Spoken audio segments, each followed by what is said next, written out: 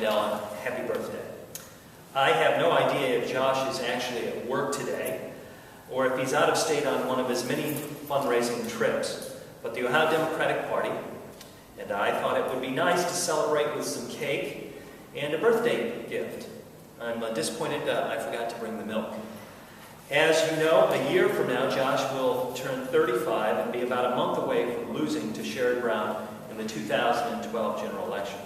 So it's possible he will have already declared for the 2016 presidential campaign. Perhaps that's what his fundraising today is all about.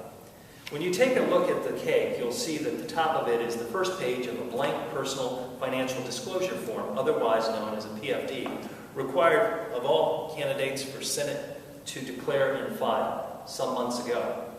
As some of you know, Josh Mandel is now more than 4 months late in filing this form. His continued refusal to disclose his finances is a clear violation of federal law and is further evidence that he truly believes he plays by a different set of rules than everyone else. The facts are as follows. Candidates must file their PFD within 30 days of declaring their candidacy or by May 15th, whichever is later. According to the FEC, Josh Mandel filed paperwork for a Senate campaign with the FEC on April 6th, 2011. This means his PFD was due last May, on the 15th. As a result, Josh Mandel is now more than 4 months late in following federal law. I know there's been some speculation as to why Josh is refusing to disclose his finances, and his own campaign has even begun making excuses. But let me make it clear. Excuses from Josh Mandel as to why he's breaking the law are not important. The fact that he's breaking the law and refusing to show Ohioans the transparency that Ohioans deserve from their treasurer is the issue. If Josh ever does get around to filing his form, we'll be taking a hard look at it. It's very important that everyone knows, no matter how late Josh Mandel turns in his PFD, the form needs to reflect his finances as they were the date the form was due, May 15th. If anything's been changed in the last 4+ months that's been negligent, and he reports his finances with those changes, he's in violation of federal law. In my never-ending effort to be helpful to my Republican friends who are candidates, I'm going to have one of my staff, young Justin, deliver this gift to Josh's office. Inside, he'll find a blank personal financial disclosure report. You see the gift, Mark? That's the gift. Thank you again, and happy birthday to Josh. I will not be singing, but I'll be accepting any questions that you may have, and I will start with Joey. Well, I want to ask a question about Quinnipiac.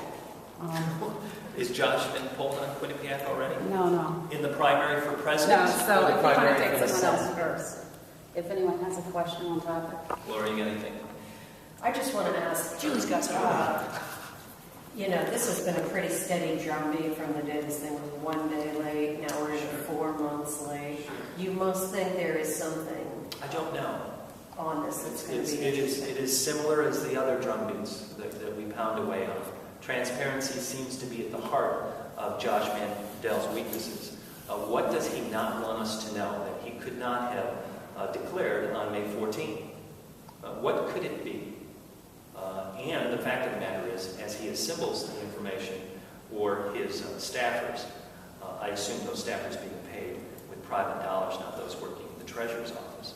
As they assemble the information, it is important, incumbent upon us, all of us to remember that the report must reflect the events of May 15th and prior, not the events, financially speaking, of May 15th, post for his wife's personal finances. That seems to be the reason, the excuse that's been given by young Josh about why he is delayed and obfuscated his role in this matter. Is this the worst?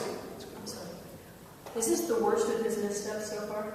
Well, if you were to peel away the onion layers, while he was traveling across the country fundraising, Star Ohio continues to underperform. If you were to look at the history of Star Ohio in the Treasurer's office, it continues to underperform. The fact of the matter is that Josh Mandel has committed more of his time as candidate Mandel than as Treasurer Mandel. If you were, as I have, to request the logs and sign-ins when Josh is actually in the office, you will come to realize that young Josh spends a great deal of time on the road getting to know his friends in far-off places like Los raising resources for his Senate campaign, perhaps his gubernatorial campaign, his presidential campaign as well. We're coming up on a year out from the election. What's your sense of the landscape in Ohio and Sherrod Brown's vulnerability? I don't want to live in the past, but let me remind you, all of you know that if you ever wanted to get a hold of Ted Strickland or any elected statewide, probably with the exception of Lauren with the Treasurer's office, you could merely call that elected official or his person, and you would have a meeting, most likely that day. Ted Strickland would probably talk to you longer than you needed to talk to him. He would spend as much time as you literally needed, and perhaps even more so. Not so with Josh Mandel. And when one has a pattern of lacking transparency, when one attempts to delay and deny Ohioans the facts as it relates to their own personal filing, which is required by federal law, it begs the question, what is he hiding? Is there something there? And that's why we continue to ask the question. And frankly, it's the law. And for somebody who's taken an oath to uphold the constitutions of the state of Ohio and the federal government, it's incumbent upon Josh to meet that standard, the very minimum standard, as a state elected official. He's failed in that regard, and woefully so. Now, to your point about the 2012 cycle and how things look, I'm confident that we will be successful in repealing Senate Bill 5. I'm confident that we will collect and submit this week more than 300,000 signatures to repeal House Bill 194. I'm confident that these things and a repudiation of the overreach that the Republicans, including Josh Mandel and John Kasich, have wrought over the course of these last months, will propel us with a great deal of enthusiasm and momentum into the 2012 cycle. And the 2012 cycle, make no doubt about it, will be about John Kasich's record here in the state of Ohio. All politics are local. And we will ask the question, whether you're running for county commissioner or state legislature, who were you with? John Kasich, did you support his efforts on collective bargaining and repeal? Did you support his efforts in turning back the middle class? Did you support his efforts in cutting funds for local governments?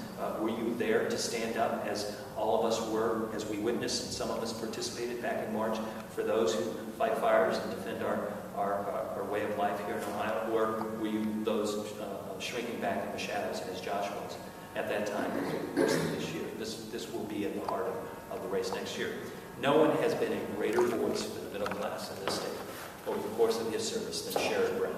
And in the tradition of John Glenn and Howard Metzenbaum, who were successful in good political cycles for the incumbents and difficult political cycles, Sherrod Brown will be successful next year. This I am quite confident in saying.